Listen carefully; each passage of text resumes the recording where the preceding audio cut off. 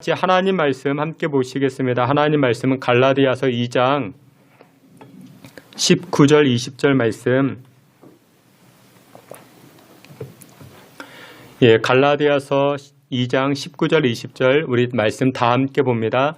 내가 율법으로 말미암아 율법에 대하여 죽었나니 이는 하나님에 대하여 살려 함이라. 내가 그리스도와 함께 십자가에 못 박혔나니 그런즉 이제는 내가 사는 것이 아니요 오직 내 안에 그리스도께서 사시는 것이라. 이제 내가 육체 가운데 사는 것은 나를 사랑하사 나를 위하여 자기 자신을 버리신 하나님의 아들을 믿는 믿음 안에서 사는 것이라. 아멘. 이 시간에 우리 권혜리 간사님 특송으로 하나님께 영광 돌리겠습니다.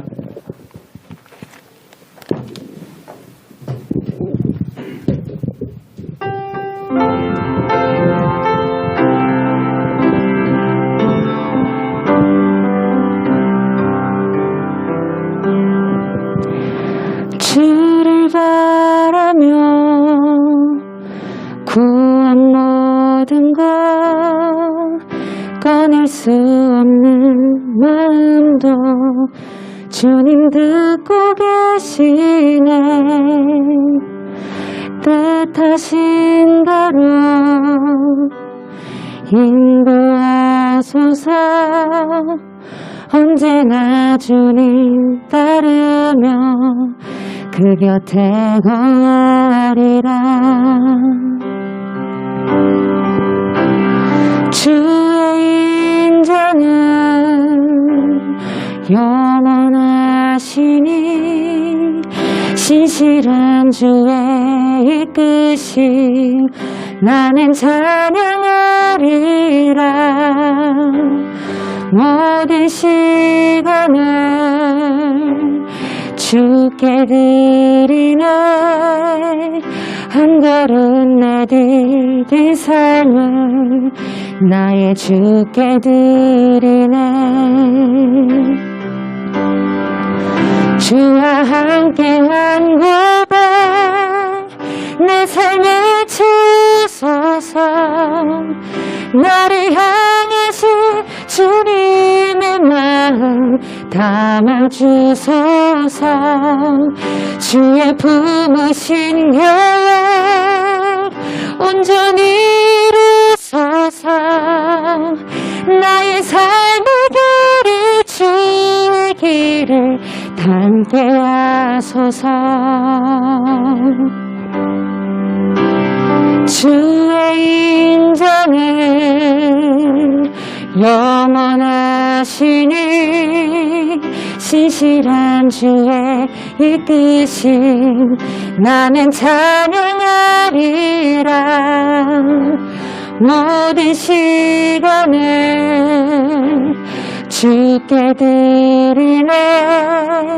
한 걸음 내디딘 삶을 나의 주께 드리네. 주와 함께한 고백 내 삶에 주소서. 나를 향하신 주님의 마음 담아주소서. 주의 품으신 계획 온전히 이루소서. 나의 삶의 길을 주의 길을 닮게 하소서.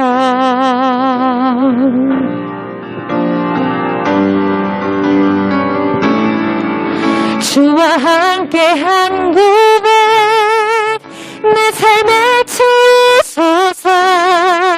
나를 향하신 주님의 마음 담아주소서. 주의 품으신 계획 온전히 이루소서. 나의 삶의 길을 주의 길을 닮게 하소서. 나의 삶의 길을 주의 길을 닮게 하소서. 나의 삶의 길을 주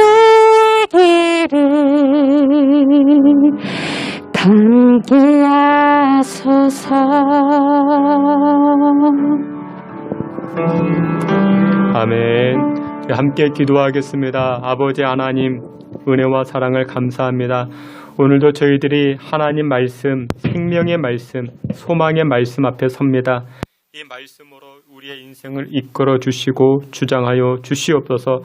들을 귀 있는 귀가 있게 하사 우리 영상으로든지 현장에서든지 하나님의 말씀 듣고 변화되고 소망의 삶을, 하나님의 영광을 나타내는 귀한 인생으로 나타나게 하여 주시옵소서. 예수 그리스도의 이름으로 기도하옵나이다. 아멘. 예, 우리 오늘은 갈라디아서 2장 19절부터 20절 말씀을 통해서 그리스도께서 사시는 것이라 라는 제목을 가지고 하나님 말씀 증거하도록 하겠습니다. 우리가 오늘 함께 살피는 아침에 살피는 이 갈라디아서 말씀, 이 갈라디아서는 말 그대로 갈라디아 지역에 있는 교회, 이 갈라디아 교회에다가 보낸 그 편지가 갈라디아서 말씀입니다.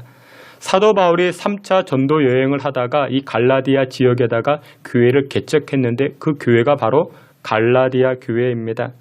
근데 이 갈라디아 교회는 사도 바울에게서 참 애정이 많이 쏟아진 이 애정이 많이 생긴 그런 교회인데 사도 바울이 복음을 증거하다가 몸이 불편하고 연약해지면 이 갈라디아 교회에 가서 요양을 하기도 하고 안식을 얻고 쉬기도 했던 그런 교회가 바로 이 갈라디아 교회입니다. 그리고 복음을 증거하기 위해서 머물렀던 장소가 이 갈라디아 교회이기도 합니다. 그런데 그 후에 이 갈라디아 마을, 이 갈라디아 지역에 유대교에서 온 사람들이 갈라디아 교회로 들어오게 됩니다. 여러분들 이 유대교에서 들어온 사람들이 갈라디아 교회에 들어와서 다른 복음을 가르치기 시작합니다. 사람이 구원을 받기 위해서는 모세의 율법이 필요하다. 이런 가르침을 통해서 신앙의 근간과 믿음의 이 본질을 훼손시키는 그런 일들이 지금 갈라디아 교회에 벌어지게 된 것입니다. 그러니까 잘못된 신학 사상이죠. 이런 것을 교회에 가지고 들어와서 교회에 있는 다른 사람들을 미혹시키는 것입니다. 그러니까 신앙을 흔들게 만들어버리는 것입니다. 그래서 사도 바울은 이 갈라디아서 말씀을 통해서 저주라는 단어를 여러 번 사용합니다. 갈라디아서 1장 8절 9절을 보게 되면 다른 복음을 전하면 저주를 받을지어다. 그러니까 다른 복음, 다른 가르침이 있게 되면 너희들은 저주를 받을 것이야. 이렇게 이야기를 합니다. 여러분들 오늘날에도 다른 복음, 가짜 복음을 증거하는 이단들이 참 많습니다. 여러분들 설교 잘 들으셔야 됩니다. 제가 가짜 복음을 증거할 수 있습니다.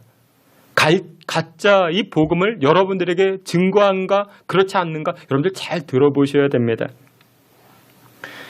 중세에 접어들면서 복음에 다른 것들이 가미되기 시작하는데 여러분들 들어보셨습니까? 연옥설이라는 것, 연옥이라는 것 들어보셨습니까? 연옥설. 사람이 죽으면 우리가 지금 현세에 살고 있죠. 2세, 내세로 가게 되는데 여러분들 이 현세에서 이 내세로 갈 때 중간 단계가 있다고 합니다. 그러니까 이 세상에서 다음 세상, 우리 천국으로 가기 전에 여러분들 중간 단계가 있는데 그것을 연옥이라 말합니다. 중간 지점에 머무르는 것, 그것을 연옥설이라 말합니다. 또 여러분들 면죄부라는 거 들어보셨죠? 면죄부. 여러분들 우리가 이 세상에서 죽은 망자를 위해서 헌금을 하게 되면은 이 연옥에 갇혀 있는 사람이 천국으로 갈 수 있다. 그것이 바로 면죄부입니다. 여러분들이 이 땅에서 헌금을 많이 하면 여러분들의 할아버지가 예수 안 믿었어도 천국 갈 수 있다. 그게 면죄부라는 것입니다. 그런 것은 다른 복음이죠. 성경에 없는 내용입니다.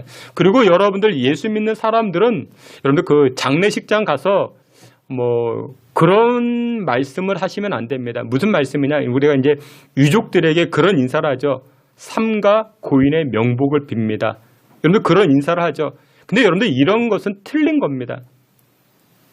고인의 명복은 없는 겁니다. 고인이면 고인이 된 것입니다. 고인에게 복이 임하여지고 여러분들 그런 것은 없는 것입니다. 그래서 예수 믿는 사람들은 이렇게 조문을 간다거나 유족들을 만났을 때 어떻게 인사하는가? 삼가 고인의 명복을 빕니다. 그게 아니라 하나님의 위로하심이 유족 여러분들에게 넘치기를 원합니다. 하나님의 위로하심이 이 장례 절차 잘 이루어지기를 원합니다. 여러분들 그렇게 인사하셔야 됩니다.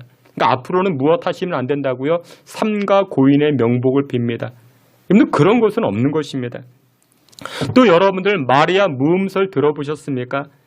예수님이 그 여인에 의하여 잉태되었죠. 처녀의 몸으로 잉태되었습니다. 예수님의 죄가 없으니 이 마리아도 이 여인도 죄가 없는 여성이다. 그러니까 마리아 무음설 그렇게 이야기를 합니다. 여러분들 그렇지 않죠. 이 마리아도 우리와 똑같은 성경을 가지고 있는 그런 여인입니다. 또 이 천주교에서 이 마리아에게 더 많은 기도를 올리죠. 이유가 무엇이냐? 마리아는 보통 여인과 다른데 특별히 예수님의 어머니이죠. 마리아에게 잘 간청하면은 어머니의 말을 거부할 아들이 어딨냐? 그러니까 마리아가 그 자신의 아들 예수님에게 저 아무개의 기도를 들어주어라. 그러면 예수님이 거절하지 못한다라는 것이죠. 누구의 요청이기 때문에? 어머니의 요청이기 때문에. 여러분들 그런 것은 없습니다. 성경을 어디 보아도 누구의 이름으로 기도해야? 예수님의 이름으로 기도해야 되는 것이지 마리아의 이름으로 여러분들 그런 것은 없습니다. 여러분들 이처럼 우리 주변에 다른 복음, 이단을 가르치는 사람들이 얼마나 많이 있는지 모릅니다. 문선명, 이 통일교회 문선명이 그렇죠. 신천지 이만희가 그렇죠. 그런데 우리 주변에 다른 복음과 가짜 복음이 얼마나 많이 등장하는지 모릅니다. 하지만 이와 같은 다른 복음, 가짜 복음을 반박하기 위해서 사도 바울이 오늘 보면 이 갈라디아 교인들에게 그 복음을 선포하고 있는 것입니다. 그래서 학자들은 이 갈라디아서를 어떻게 이야기하는가? 작은 로마서 그렇게 말합니다. 로마서의 핵심이 무엇이냐? 이신칭입니다. 우리가 무엇으로 구원을 얻었는가? 여러분들이 무엇으로 천국 가게 됩니까? 여러분들의 행위가 아니라 여러분들의 공로가 아니라 이신칭이 믿음으로 우리가 의롭다함을 얻었다. 이것이 이신칭의인데 그래서 이 갈라디아서는 작은 로마서라 그렇게까지 이야기를 합니다. 사랑하시는 귀한 성도 여러분들, 여러분들이 무엇으로 구원받으셨습니까? 여러분들이 어떻게 하나님의 백성이 되었습니까? 여러분들의 행동이 좋아서 여러분들이 착한 일을 많이 해서 그렇지 않다라는 것이 복음입니다. 우리가 어떻게 하나님의 백성이 되었는가? 오직 예수 그리스도를 믿는 믿음 안에서 하나님의 백성 된 줄 믿으시길 축원합니다. 예수 그리스도를 믿는 그 믿음으로 우리의 죄가 용서받았고 하나님의 백성 되었고 천국 가게 되는 것입니다. 그러면서 사도 바울은 거기에서 한 단계 더 나아가서 우리가 믿음으로 구원받았는데 믿음으로 천국 백성 되어졌는데 이것이 전부냐? 아니다. 구원받은 것이 전부가 아니다. 이제 믿음으로 구원받은 사람들은 생활에서도 변화가 나타나야 된다. 일상생활에서 하나님의 향기, 그리스도의 향기를 나타내야만 된다. 그렇게 증거를 합니다. 여러분, 예수님을 나타내고 예수님을 보이는 삶이 무엇이냐? 사도 바울은 오늘 보면 갈라디아서 2장 20절에 이렇게 말씀합니다. 그리스도와 함께하는 삶. 다시 말해서 예수님 안에서 나는 죽고 내가 십자가에서 내가 죽으면 누가 살아난다? 예수님이 나를 통하여 나타나신다. 그것이 바로 예수님의 향기를 보이는 삶이고 예수님을 나타내는 삶이라 성경은 그렇게 말씀합니다. 여러분들 한번 생각해 보세요. 십자가의 삶이 어떻게 능력의 삶이고 십자가의 삶이 어떻게 향기를 바라는 삶이라 여러분들 어떻게 그렇게 이야기할 수 있겠습니까? 그런데 여러분 대화할 때 화법 가운데 역설이라는 화법이 있죠. 역설. 일반 상식에 어긋납니다. 그것을 주장합니다. 그런데 여러분들 이 역설은 수사학이나 논리학에서 자주 사용되어지는데 역설은요 표면적으로 들어보면 말도 안 되는 소리입니다. 그런데 해석을 통해서 그 안에 담긴 진리를 발견케 되죠. 여러분들 역설 가운데 이런 역설이 있습니다. 요즘 들어보면은 집은 커졌는데 가족은 더 적어졌다. 인구수가 줄어들었죠. 집은 많아졌는데 역설이죠. 학력은 높아졌는데 무엇이 부족해졌다? 지혜가 부족해졌다. 병원과 약국은 많아졌지만 건강은 더 나빠졌다. 역설이죠. 여러분들 그렇습니다. 우리 일상생활 가운데 이 역설이 얼마나 많이 있는지 모릅니다. 뿐만 아니라 성경에서도 이 역설이 참 많이 등장을 합니다. 그 가운데 한 가지가 오늘 본문 갈라디아서 2장 20절입니다. 내가 십자가에서 죽을 때 비로소 내가 살아나고 내가 십자가에서 죽을 때 비로소 예수 그리스도의 향기가 나타나노라. 사도 바울은 이 역설적 화법을 가지고 우리에게 선포하고 있습니다. 여러분들 마태복음 5장 이 13절 말씀을 보게 되면 이렇게 말씀합니다. 우리 앞에 있는 말씀 우리 다 함께 볼 텐데 마태복음 5장 13절 우리 다 함께 봅니다. 너희는 세상의 소금이니 소금이 아무 쓸데없어 다만 밖에 버려져 사람에게 밟힐 뿐이니라. 아멘. 예수님께서 오늘 예배하는 저와 여러분들에게 말씀합니다. 야, 아무개야, 너는 소금이라. 너는 소금이라. 여러분들 예수님께서 여러분들의 이름 다 지어주셨어요. 우리 김소금, 박소금, 이소금. 우리가 소금이래요. 예수님은 우리를 향하여 소금이라 말씀합니다.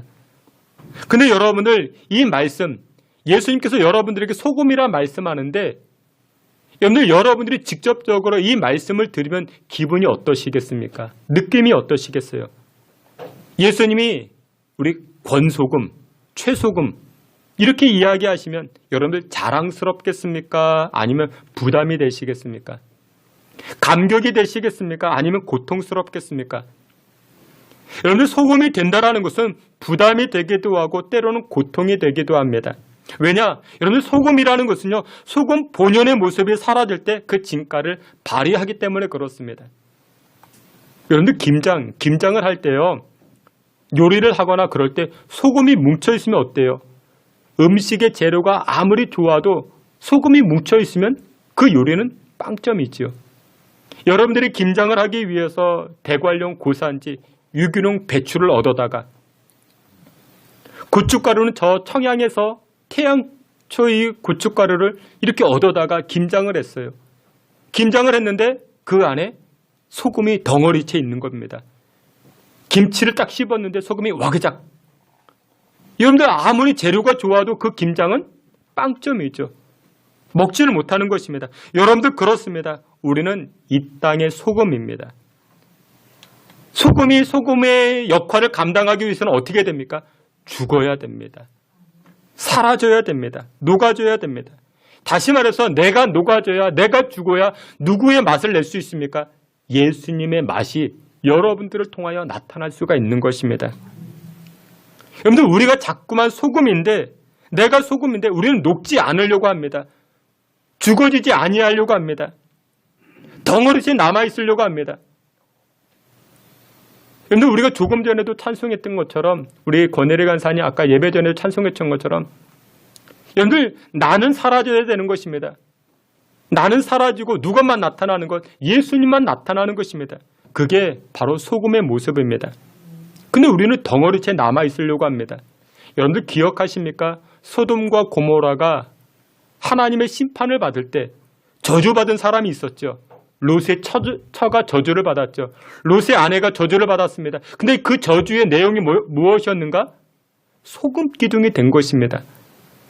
여러분들 소금 기둥은 저주입니다. 소금이 덩어리째 남아있으면 그게 저주라는 것이죠. 근데 우리는 자꾸만 덩어리째 남아있으려고 합니다. 여러분들 소금 맛을 내셔야 됩니다. 어디를 가시든지 내가 죽고 맛을 내야 됩니다. 여러분들 맛을 내는 사람이 바로 성경적인 사람입니다. 근데 여러분들 우리는 자꾸만 맛을 내려 하지 않고 무엇을 내려고 합니까? 멋을 내려고 합니다.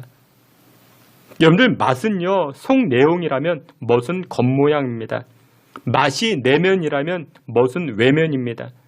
맛이 진실이라면 멋은 포장입니다. 성경은 맛을 내라고 그렇게 말씀하는데 우리는 어떻습니까? 자꾸만. 여러분들 오늘 교회 오시기 전에 무엇 부리고 오셨습니까? 멋부리셨죠. 우리가 맛을 내야 되는데 맛을 내지 못하고 우리 한국교회가 지금까지 어떻게 해왔습니까? 멋부렸습니다. 교회가 정말 화려하게 세상에 멋부리려고 했습니다. 맛을 잃어버렸죠. 맛을 잃어버리니까 세상 사람들에게 손가락질 당하지 않습니까? 우리가 한동안 여러분들 그렇게 우리가 인사했어요. 당신 때문에 살맛이 납니다. 여러분들 그런 인사 예전에 해보셨죠? 당신 때문에 살맛이 납니다. 여러분들 그렇습니다. 우리는요 서로에게 살맛 나는 존재가 되어야 됩니다. 여러분들 멋부리지 마세요. 그 멋이 필요 없다는 게 아니에요. 서로 맛을 주는 사람이 되어야 됩니다. 우리 양옆에 계시는 분에게 한번 인사하도록 하겠습니다. 당신 때문에 살맛이 납니다. 우리 한번 인사하겠습니다.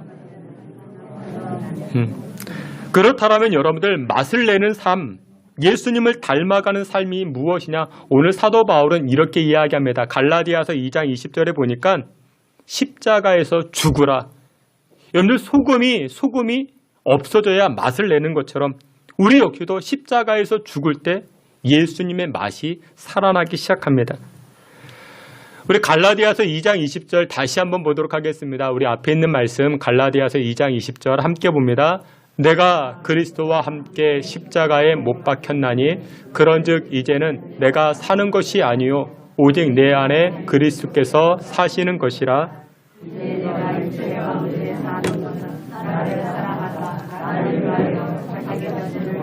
하나님의 아들을 믿는 믿음 안에서 사는 것이라. 아멘. 여기 보니까 사도 바울은 이렇게 이야기합니다. 나를 통하여 예수님의 맛이 나타나기 위해서는 내가 십자가에 못 박혀야 된다. 십자가에서 죽어라 이야기를 합니다. 그러면 무엇이 죽어야 되는가? 무엇이 십자가에 못 박혀야 되는가? 첫 번째로 이렇게 이야기합니다. 입술을 죽이라 그렇게 말합니다. 입술을 죽이라. 여러분들 우리의 입술, 우리의 혀, 우리의 언어가 십자가에서 죽어야 됩니다. 여러분들 세상에선 사람을 향하여 인간을 향하여 이렇게 이야기를 합니다. 탁월한 동물이다. 동물 가운데 가장 탁월하다 그렇게 말하죠. 여러분들 왜 인간을 사람을 가장 탁월하다 말할까요? 여러분들 인간은요 외부에 있는 모든 것들을 다 길들이기 때문에 그렇습니다. 길들인다라는 것이 무엇이냐? 내 뜻대로 내 마음대로 움직인다라는 것이죠. 여러분들 대표적인 것이 무엇이냐?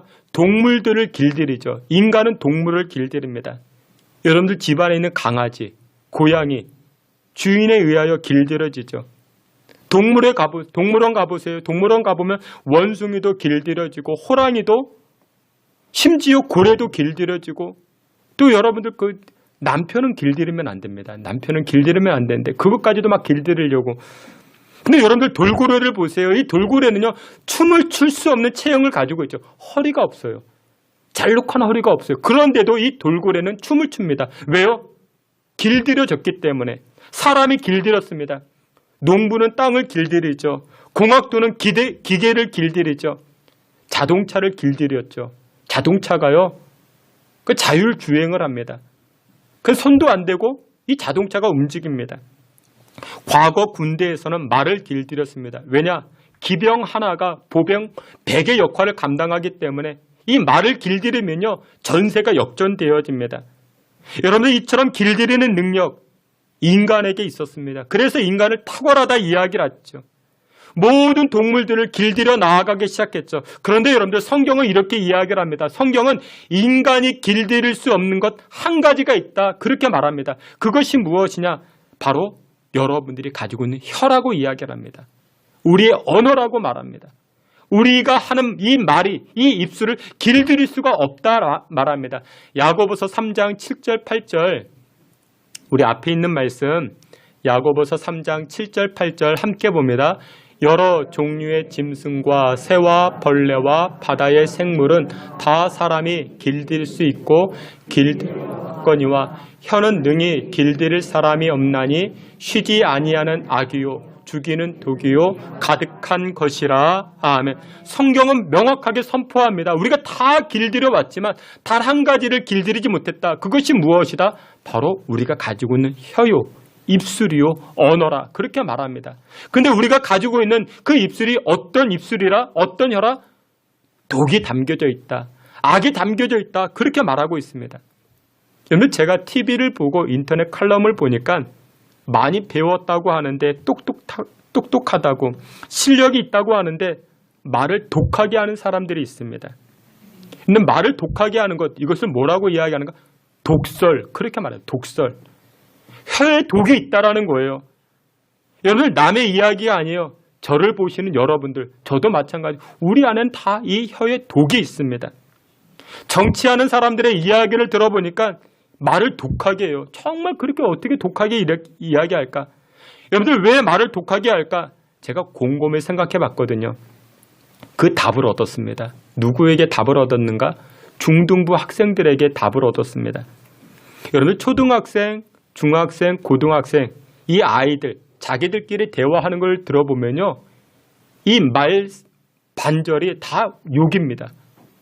욕도 얼마나 험악한 욕을 하는지 모릅니다.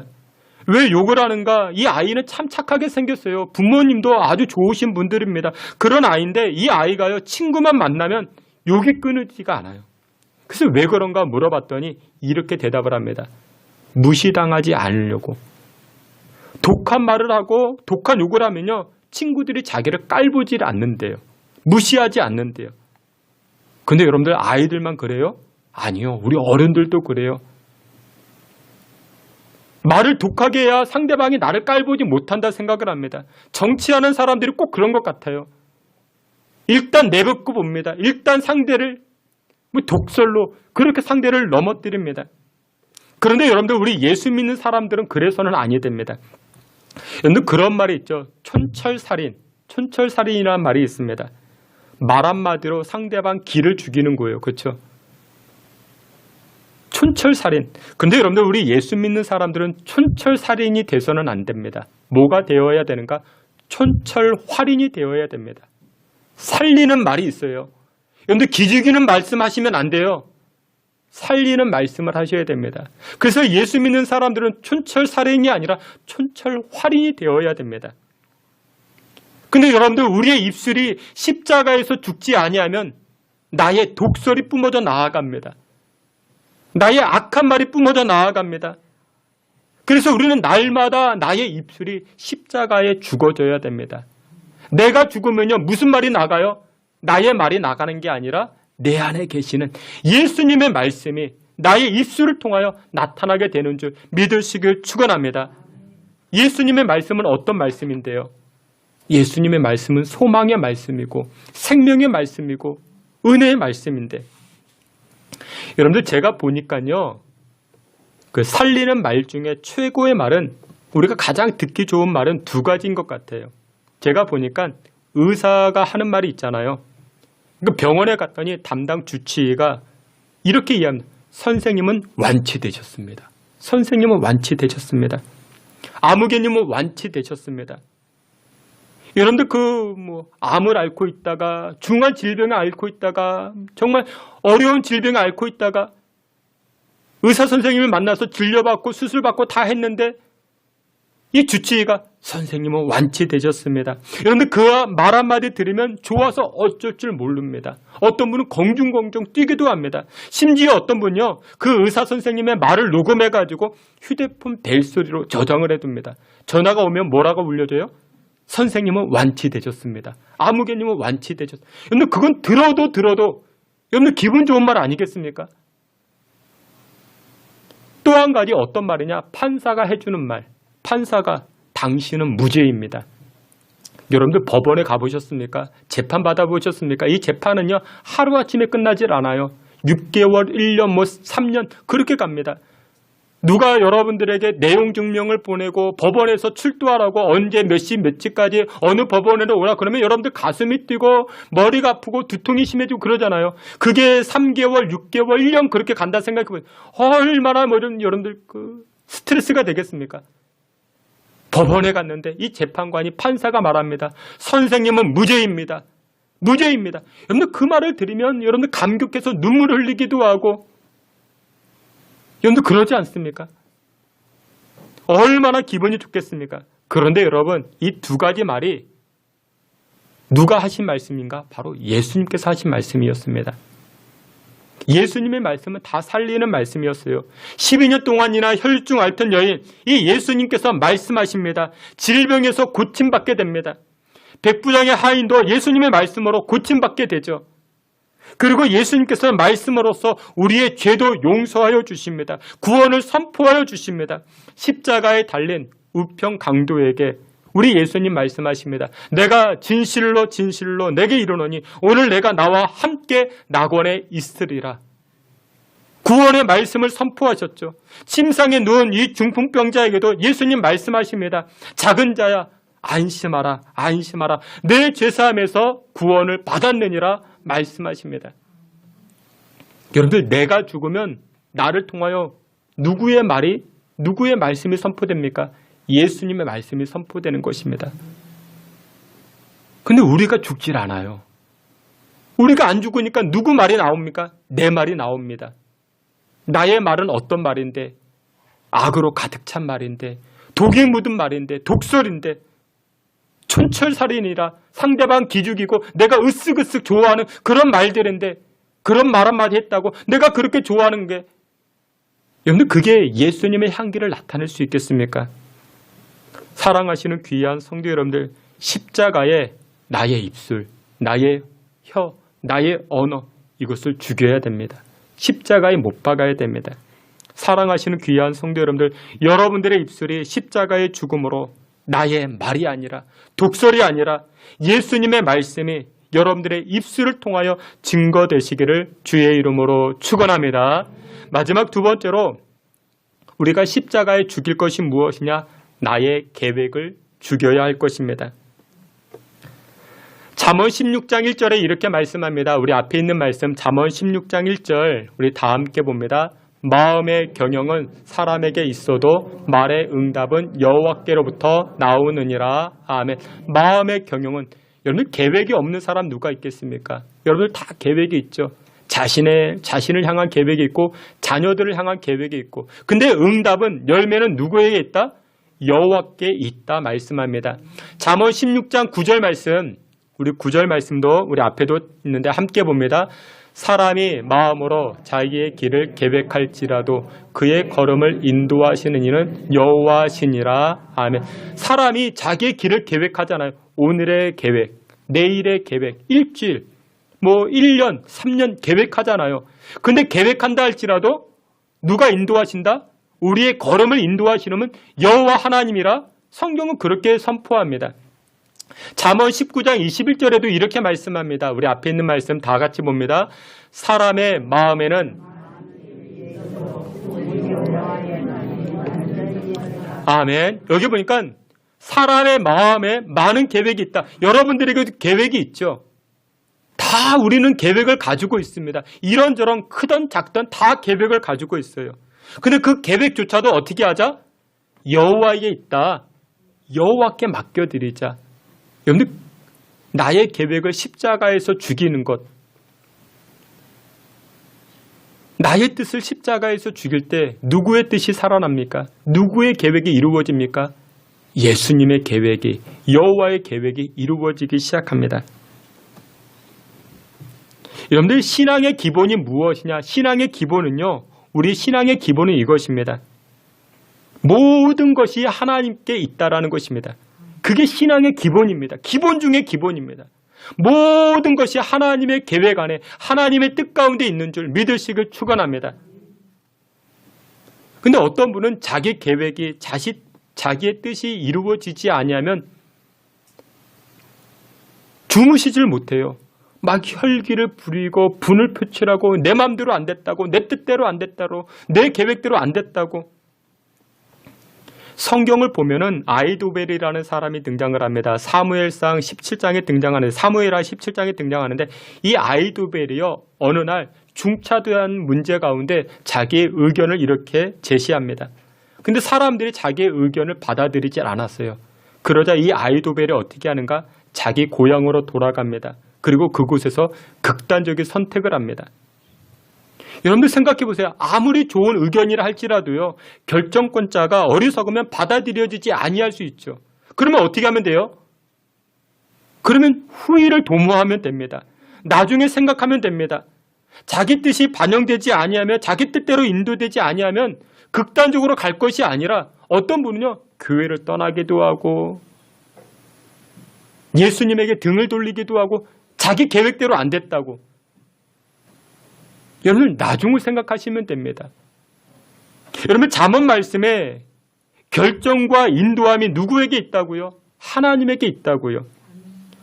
그렇기 때문에 나의 계획조차도 십자가 앞에 죽임을 통해서 하나님의 뜻을 이루어가는 것이 필요하다 성경은 말씀합니다. 여러분들 지혜로운 사람은 어떤 사람이냐? 자신의 계획조차도 자신의 진로 방향조차도 십자가에 죽이는 사람입니다. 근데 여러분들 이런 말씀을 오해하는 분들이 계세요. 야, 그러면 아무런 계획도 세우지 말아야겠다. 내 인생의 철학은 무계획이 내 인생의 철학이다. 여러분들 그것은 오해한 것입니다. 여러분들 인생의 계획을 세워야죠. 6개월, 1년, 여러분들의 인생의 장래의 계획을 세워야죠. 그리고 가지고 기도해야 되죠. 그리고 하나님께 맡기는 것입니다. 십자가에 죽인다라는 것은 나의 뜻과 나의 계획을 죽인다라는 것은 내 뜻대로 아니 되어도 됩니다. 이게 십자가에 죽이는 겁니다. 근데 자기 뜻대로 안 됐다고, 자기가 원하는 대학에 못 들어갔다고, 자기가 원하는 사람과 결혼하지 못했다고. 여러분들 하나님의 뜻은 무궁무진합니다. 하나님의 뜻은요, 합력하여 선을 이루어 가시는 분이십니다. 가장 좋은 것을 주세요. 여러분들의 인생에 계획하신 것들이 있습니까? 뜻하신 것이 있습니까? 그거 십자가에 내려놓자고요. 무시하자라는 게 아닙니다. 하나님은 여러분들의 뜻을 이루어 주시기도 합니다. 때로는 하나님은 여러분들의 발걸음을 수정시켜 주시기도 합니다. 나는 부산 가려고 왔는데 때로는 하나님은 저 반대로 철원으로 가게 하시기도 합니다. 그러면 내 뜻은 부산이었지만 그건 내려놓는 겁니다. 그게 십자가에 죽이는 것입니다. 근데 결국 가봤더니 철원이 나중에 더 땅값이 올라가요. 부산보다. 통일되면 여러분도 그렇지 않겠습니까? 전혀 나는 이해를 못했지만 나의 계획과 나의 뜻을 십자가에 죽일 때 하나님의 뜻과 하나님의 계획이 나타나기 시작하는 줄 믿으시길 주님의 이름으로 축원합니다. 사랑하시는 귀한 성도 여러분들, 그래서 십자가에 죽는다라는 것은 무엇이냐? 잠언 16장 3절에 이렇게 말씀합니다. 우리 앞에 있는 말씀 잠언 16장 3절 다 함께 봅니다. 너의 행사를 여호와께 맡기라. 그리하면 내가 경영하는 것이 이루어지리라. 아멘. 맡겨야 됩니다. 여러분들의 계획, 여러분들의 뜻, 여러분들이 생각하고 있는 그 진로 방향까지도 하나님께 맡겨야 됩니다. 그것만 고집하지 마시고 맡겨야 됩니다. 맡길 때 하나님께서 우리가 뜻하고 우리가 생각하고 우리가 계획하는 바를 이루어 주시는 줄 믿으시길 축원합니다. 말씀의 결론을 맺도록 하겠습니다. 여러분들, 내가 나의 입술이 죽고 나의 계획이 죽으면 어떻게 되는 줄 압니까? 그때부터 살아나기 시작합니다. 내가 죽으면 살아납니다. 여러분들이 죽으면요, 여러분들의 가정의 화목함이 살아나고요. 여러분들이 교회에서 죽으면 교회의 부흥의 불길이 살아나기 시작합니다. 내가 죽으면 누가 살아납니까? 예수님께서 살아나기 시작합니다. 갈라디아서 2장 19절에 이렇게 말씀하죠. 내가 율법으로 말미암아 율법에 대하여 죽었나니, 나는 죽었나니 이는 하나님에 대하여 살려 함이라. 내가 율법 안에서 죽으니까 누가 살아납니까? 하나님이 나를 통하여, 내가 하나님 통하여 살아나기 시작하는 것입니다. 사랑하시는 귀한 성도 여러분들, 이번 한 주간 여러분들의 입술이 죽고 이번 한 주간 여러분들의 계획이 십자가 앞에 내려지고 죽어졌을 때, 그때 비로소 하나님의 뜻이, 하나님의 계획이, 하나님의 영광이, 그리스도의 향기가 나타나게 되는 줄 믿으시길 축원합니다. 내 계획이 죽어야 비로소 하나님의 계획이 이루어집니다. 땅의 소원을 하나님께 내려놓아야 하늘의 소원이 응답되는 줄 믿고 나아가시기를 주님의 이름으로 축원합니다. 아멘. 하나님 아버지, 우리를 불쌍히 여겨 주시고 긍휼을 베풀어 주옵소서. 우리가 찬송으로 또한 입술로 고백은 많이 하오나 정말 죽지 아니한 우리의 모습들 발견하오니 주의 백성들을 긍휼히 여겨 주시고 우리의 입술이 죽게 하시고 우리의 뜻과 계획이 십자가 안에서 죽어지사 그로 인하여 하나님의 계획, 하나님의 뜻하신 바가 우리의 삶을 통하여 나타나게 하여 주시옵소서. 예수 그리스도의 이름으로 기도하옵나이다. 아멘.